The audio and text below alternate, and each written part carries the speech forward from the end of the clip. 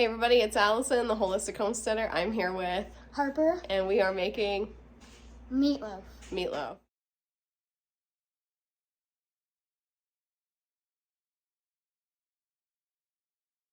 So it's a Sunday and we decided to make meatloaf for supper, and I was like, hey, why don't we film it for everybody? This is something that we make every now and then, maybe like every other month I'll make a meatloaf. Brian is a big fan. So it's a pretty simple recipe. We have everything down in the bowl already. All right, so to our 2 pounds of ground beef, our hamburger, we added about 2 tablespoons of ketchup, about a half a cup of seasoned breadcrumbs, Italian seasoned breadcrumbs. I leave this out because I might need more breadcrumbs to help form my meatloaf. Once I get my hands in this, I will know if I need to add more breadcrumbs or not. If it's not very thin and moldable, I can add a little bit of milk to this, but if it seems really, really wet, you add some more breadcrumbs. So we got our breadcrumbs, probably a tablespoon of salt, probably a teaspoon of pepper, and then we added in, I would say, about a teaspoon each of Italian seasoning, oregano, onion powder, and garlic powder. We want to make this really, really seasoned and flavorful. I also added in just like a few drops of Worcestershire sauce, or however you pronounce that. I don't think anybody really knows.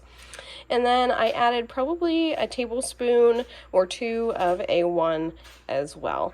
We're just building flavor upon flavor upon flavor. The last ingredient is eggs. These are the eggs that I had on hand. I added 2 eggs to this. You add one egg per pound of ground beef. So that's literally it. Now, what I do is she started pre-mashing this for me because it was still a little bit frozen. But what we're going to do is we're going to get in there with our hands. We're going to mix it up really, really well. And we are going to form it into like a loaf, an actual meatloaf. Then all I have here, yes, Harper, show them. Right.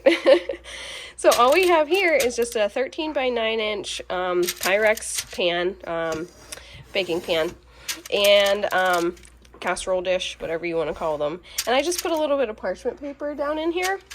And then we'll put our meatloaf right on this, do it centered. We're going to bake it for I would say about an hour at 350 degrees. Probably the last 15 minutes of it, I add more ketchup to the actual top of the meatloaf, and then I put it back in for the remaining 15 minutes to let that ketchup like seep down into the meat. It tastes really sweet and tangy. It's delicious. You can omit that if you want, or you can add any other kind of topping that you can think of. That's just what we use. So we are going to get our meatloaf formed out, and we'll show you what that looks like. All right, so Harper has gotten her hands down in here and she has started mixing up our meat by hand. Go ahead and show them, Harper, how it's like very, very juicy and it's not holding together very well. So I am gonna go ahead and sprinkle in probably about a 1/4 cup of breadcrumbs and let her mix that in. We'll see if it helps at all. You want it to just come together. You don't want it to be super loose, but you don't want it to be super tough with breadcrumbs either. And you also don't want to overwork your meat. She needs to actually get her fingers in and stop kneading it like it's bread and mix the meat up here. All right. We'll show you together what it looks. We'll show you in a minute what it looks like after her hands warm up. It's a little bit cold. I think that's probably about enough breadcrumbs. It seems like it's holding together fairly well.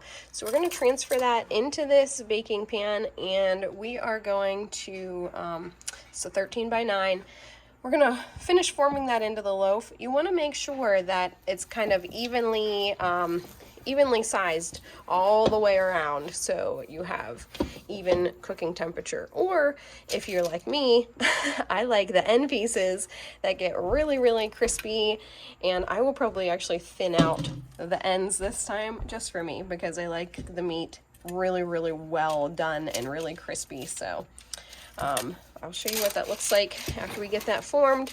I'll show you what else we have going on here. I am going to make mashed potatoes with this, and I'm also going to do some Brussels sprouts. So I have my Brussels sprouts here. All I've done is cut the ends off, and then I've stripped away a few of the outer leaves, and then I've rinsed them really, really well, and I've also thrown a towel over and turned it upside down just to drain off extra water. These are gonna go right into this skillet with a drizzle of avocado oil, and it's just gonna hang out on the stove until it's time to get supper going. You can even prep that ahead. Actually, I am prepping it ahead, to be honest with you. It's noon, and we're gonna have this for supper, so this step is basically done. I will saute these with just some butter and salt and pepper. It will be amazing with our meatloaf and our mashed potatoes. All right, there it is. I've kind of squished the ends. Give me a little bit more crust and a little bit more well-doneness. So I'm just gonna cover this and put it in the fridge until it's time to eat. I'm probably gonna cook early tonight, to be honest with you. I'll probably have this ready about 4, so probably about 3 o'clock I will get my oven fired up and get this bad boy put in there. So I pulled my meatloaf out of the fridge, and all I've done is just covered it with a generous squirt of some more ketchup. This just kind of protects the outer meat from getting too crisp. Also gives it that added sweetness. So this is going to go into a 350-degree oven uncovered for about an hour. I will show you what it looks like after I pull it out. We just pulled our meatloaf out of the oven. It has been in a 350-degree oven for about an hour and 15 minutes. We went a little bit over, but that's okay. I never added more ketchup to it. I added plenty in the very beginning. So we're gonna let this rest for about 10 minutes, and in the meantime we have our Brussels sprouts just about done. I cleaned them earlier by just chopping the ends off and then peeling a few of the leaves away. That's sauteed in here with a little bit of water, some avocado oil, salt and pepper. Those are pretty much done, and then we are boiling potatoes to make mashed potatoes. So that's what's for supper. I will show you what it looks like when it's all finished. Okay, there we have it. Meatloaf. That's what's for dinner.